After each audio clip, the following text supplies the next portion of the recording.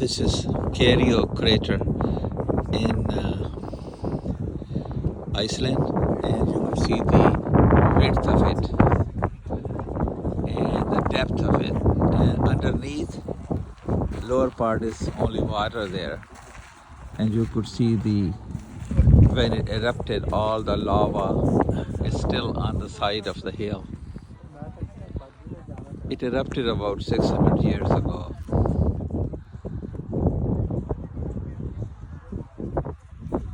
Amazing sight.